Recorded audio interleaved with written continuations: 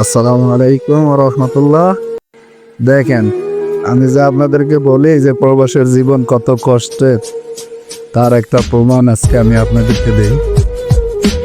দেখেন তাদের অবস্থা। ও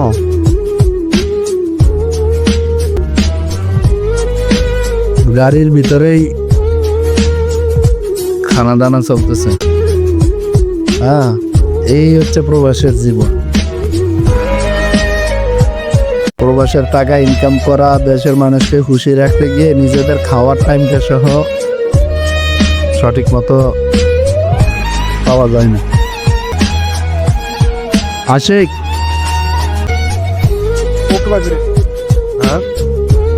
नींद नहीं हुआ मेरा नींद नहीं हुआ भूख लग गया বের আছে কি দিয়ে খাইতেছ?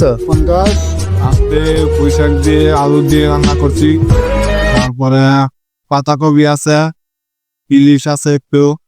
এই খানা কয়টা বাজে রান্না করছো? ডিউটি থেকে গিয়ে সকালবেলা রান্না করছি, সকালবেলা রান্না কইরা শুয়েছি। বেশি একটা ঘুম ভালো হয় নাই। কতক্ষণ ঘুমাইছো আজকে?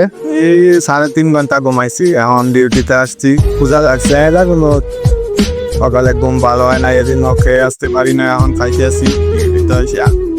আচ্ছা বলো, আমার পেজটাকে একটা লাইক, একটা ফলো, একটা কমেন্ট, শেয়ার। আর সবাই বড় ভাইয়ের পেজটাকে সবাই লাইক করবেন, কমেন্ট করবেন, বেশি বেশি শেয়ার করবেন, পাশে থাকবেন। ওকে, বাই বাই।